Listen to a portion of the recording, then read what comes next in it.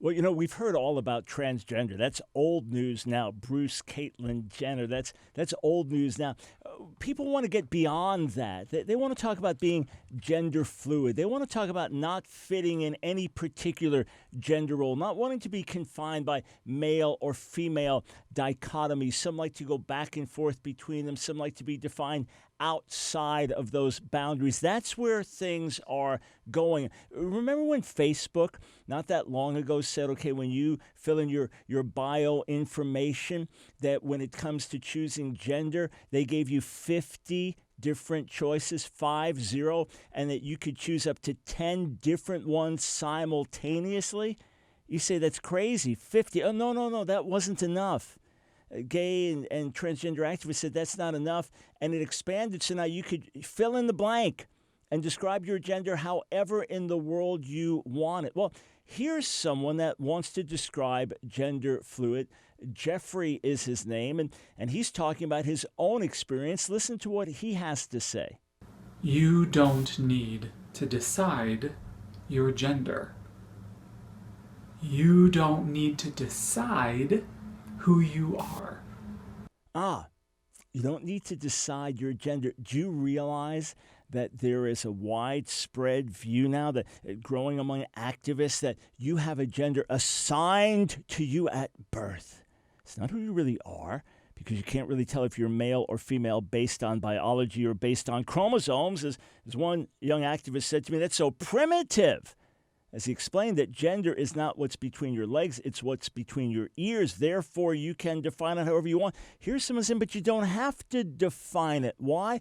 Because maybe you don't fit in male or female categories. Listen again to what Jeffrey has to say. I know deeply within my bones who I am. And that who I am is somewhere in between or outside of or with both man and woman. I'm a human being. And I think we are all, to some degree, between, around, above, man and woman. We're all over the place because we're all human beings.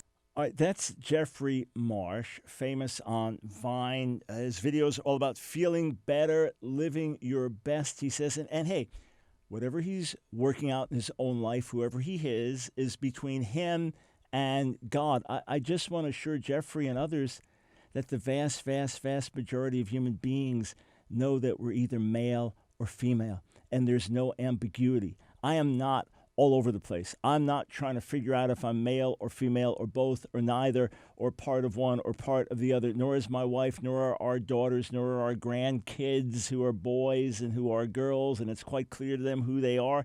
It's quite clear to the vast majority of human beings around the earth, around the world, that they're either male or female. You say, well, why care? Well, hey, Jeffrey's own life, that's between him and God. He gives account to God, not to me. If he was my neighbor, I'd treat him kindly and reach out to him with the gospel like I would any other neighbor. But you have to understand, this is now coming to our schools and being imposed on our schools. Now listen, I'm going to give you some concrete examples in a moment. But I've often said, if you have a student in a school and the student is blind and you don't have a school for the blind in your area, then what do? You do your best to help that child with a handicap, with a known visible handicap, to help that child and work with that child, but you don't require all the students in the school to close their eyes and read in Braille. The same way, if you have a student who's deaf, you do your best to accommodate and help that student with a handicap, but you do not require all students to stop speaking and use sign language. But when it comes to transgender activism in schools, the struggles of a select few, maybe 2 out of 1,000, the struggles of a select few are now imposed on everybody else. And everybody else has to live with these new, quote, realities. So Charlotte-Mecklenburg school system in North Carolina, they have now introduced what they refer to as the gender unicorn. This is the school board giving this out to say, oh, you see, there are all these different things. There's gender identity, there's gender expression and presentation, there's the sex you're assigned at birth. See, that's something different than who you're sexually attracted to and who you're emotionally, romantically attracted to. And these are all the different realities. Now, listen, this is what radical social activists are putting forward as their world of realities. But the fact of the matter is that maybe 1 or 2 out of 1,000 kids are deeply struggling from early years as to their gender identity, feeling like a boy trapped in a girl's body or vice versa. The great majority of them, according to the vast majority of studies that I've been aware of, the great majority of these kids, when they get past puberty, will no longer have this gender identity confusion. But the fact of the matter is, it is just that. It is confusion. We have compassion on them. We do our best to help them, but we do not turn social realities upside down on their behalf. And yet, Charlotte-Mecklenburg schools, here's just some of what's going on. Parental involvement. If your son, Joe, believes he's Jane and is going to go to school and identify as Jane when he gets there, can the parents be involved? That's up to the student. That's up to the student, whether the parents will be aware, whether the parents will be involved. Students can just choose, okay, I identify as male, maybe today. I'm going to use the boys' room. I identify as female tomorrow. I can use the ladies' room. I identify as male today. I can use the boys' locker room and shower room. I identify as female tomorrow. What if you're gender fluid? Isn't that valid? I've read these explanations. I've read activists who say, oh, yeah, he's Jim one day, he's Dolores the next. And I know he still looks like Jim when he's Dolores, but if he's Dolores the next day, then he is Dolores, and that's how I'm going to refer to him. There's a teacher in Seattle that just won a lawsuit, $60,000 in fines, a woman, I believe, who identifies as a man and wanted to be referred to as they. Another faculty said to this individual, we're not referring to you as they. And they got sued. The school district got sued, and the person won $60,000 in fines. This is social madness. What else is happening in the schools? Students can choose their gender-based activities. So you are a boy and you want to be part of a girls' activity in the school, you go for it. More power to you. And if it hurts the girls or inconveniences the girls, hey, that is their problem. And if the girls are put off by a 15-year-old boy now using their locker room and shower stalls, hey, that's their problem. Friends, this is social madness.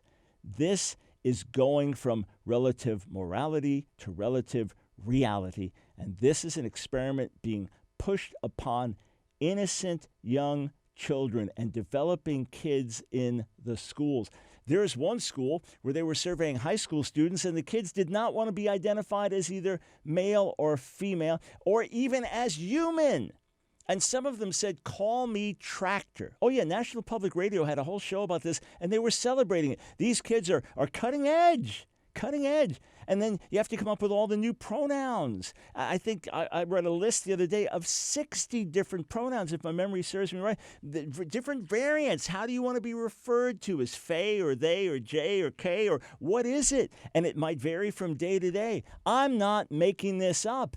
And in fact, it's coming to schools right where you live. So what do? We come back to reality. We remind ourselves God created human beings, male and female, in his image. There are some who, through biological abnormalities or chromosomal abnormalities, have ambiguities in these areas. We have compassion on them like anyone else who has a handicap or difficulty. There are some who have emotional and mental and psychological issues of confusion. We have compassion and try to help them, but we do not turn the world upside down. And parents, if this is coming to a school near you, get involved and do what is best for your kids.